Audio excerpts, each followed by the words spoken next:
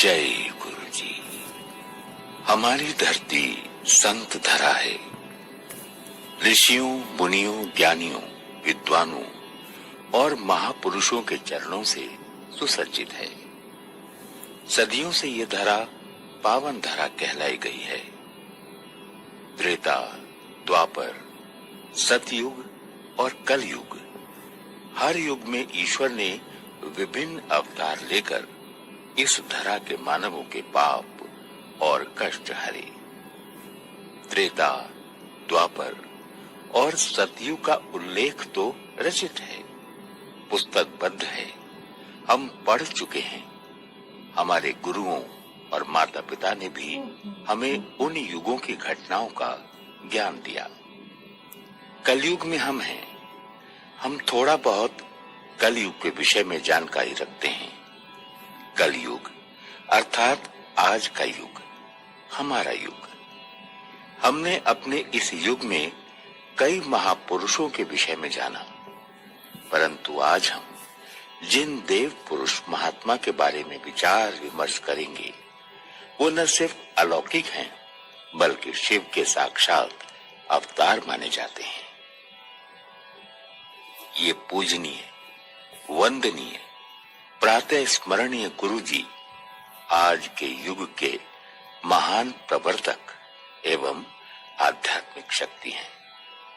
जलंधर पंजाब के मलेरकोटला के निकट डुगरी गांव में 7 जुलाई 1952 को माता सुरजीत कौर और पिता मस्त राम जी का ये पुत्र कालांतर में देव पुरुष बन जाएगा, शायद समय को भी पता न था। गुरुजी के बचपन के स्कूल व कॉलेज के साथी व अध्यापक अनेक घटनाएं सुनाते हैं। ये वो घटनाएं हैं जो उनकी दिव्य शक्तियों की परिचायक हैं। समय चलता गया, गुरुजी की आध्यात्मिक यात्रा भी बढ़ती रही। प्रभु की अनन्य कृपा उन पर हो गई और वो हम में से एक होकर भी प्रभुमय हो गए। उनकी ईश भक्ति की रीत सबसे अलग और निराली है। गुरुजी कोई प्रवचन नहीं देते थे।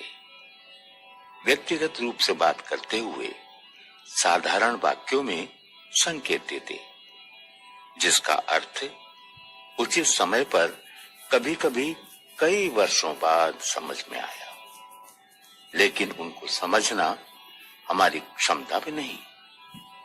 वो अक्सर कहा करते थे, अपना दिमाग यानी लॉजिक, प्रश्नों की झड़ी और अपना अहम यानी सामाजिक व व्यवसायिक स्तर की सोच अर्थात अहंकार जूतियों के साथ बाहर छोड़कर आया करो। कौन कहेगा ऐसी विद्वतापूर्ण बात? वही महापुरुष कह सकता है जो स्वयं ईश्वर का प्रतिनिधित्व करता हो। और फिर हमारे गुरुजी तो साक्षात ईश्वर स्वरूप हैं। भारतीय संस्कृति में गुरु को ईश्वर से ऊंचा स्थान मिला है। अब हमारे सबके मन में एक प्रश्न उठ रहा होगा, गुरु किसे कहते हैं? गुरु क्या होते हैं?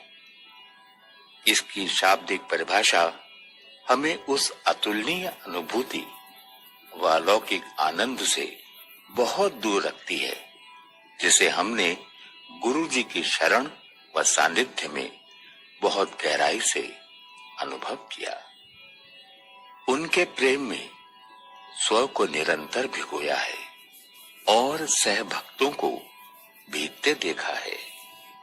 ऐसे गुरु और कहां जो ये कहें, चंगा यानी अच्छा जीवन जियो, कोई रोक टोक नहीं, कोई नियम कानून नहीं, कुछ भी खाइए, कुछ भी पहनिए, आनंद से रहिए, परंतु चंगा इंसान बनो। हाँ, गुरुजी ये अवश्य कहते, अपनी सोच बदलो, पॉजिटिव सोचो, यानी सकारात्मक विचारधारा रखो। परिवार और पारिवारिक जिम्मेदारियों को गुरुजी विशेष महत्व देते हैं। वो हमेशा सपरिवार सत्संग में आने को कहते। वैसे तो गुरुजी के मुखार बिंद से निकला हर वाक्य संदेश है, फिर भी कुछ संदेश बहुत महत्वपूर्ण है। किसी गरीब की बेटी की शादी करो, गुप्त दान व गुप्त सेवा करो, आगे समय बहुत खराब है, अर्थात आध्यात्मिक एकता व सांझा पाठ करना आवश्यक है। किसी को गाली मत दो, चुगली नहीं करनी, किसी को दोष न दो, किसी की निंदा मत करो। जब भी कोई इंसान प्रार्थना करता है या किसी मंत्र का जाप करता है तो एक शक्ति का आह्वान करता है ताकि वो शक्ति उनकी प्रार्थनाओं को स्वीकारे व इच्छाओं की पूर्ति करे। इसके लिए ये आवश्यक है कि मंत्र या प्रार्थना बहुत स्वच्छ हो, उच्चारण दोषहीन व स्वर एकदम सही हो, वरना शक्ति यानी ऊर्जा जागृत नहीं होती। लेकिन हमारे उच्चारण व स्वर दोषहीन नहीं होते, अतः हमारी प्रार्थनाएं अस्वीकृत रह जाती हैं। यहां गुरु की आवश्यकता होती है। गुरु अपने भक्तों की दोषपूर्ण प्रार्थनाओं को स्वीकार कर उन्हें सही बनाकर परम शक्ति को अर्पण करते हैं ताकि वो स्वीकार हो। गुरु जी के शब्द हैं, शक्ति को जागृत करने के लिए मंत्र को गणित के सवाल की तरह होना है, एकदम सही। उसमें समझौते की गुंजाइश नहीं होती। हमारे गुरु जी का जाप है ओम नमः शिवाय, शिव जी सदा सहाय। ओम नमः शिवाय, गुरु जी सदा सहाय।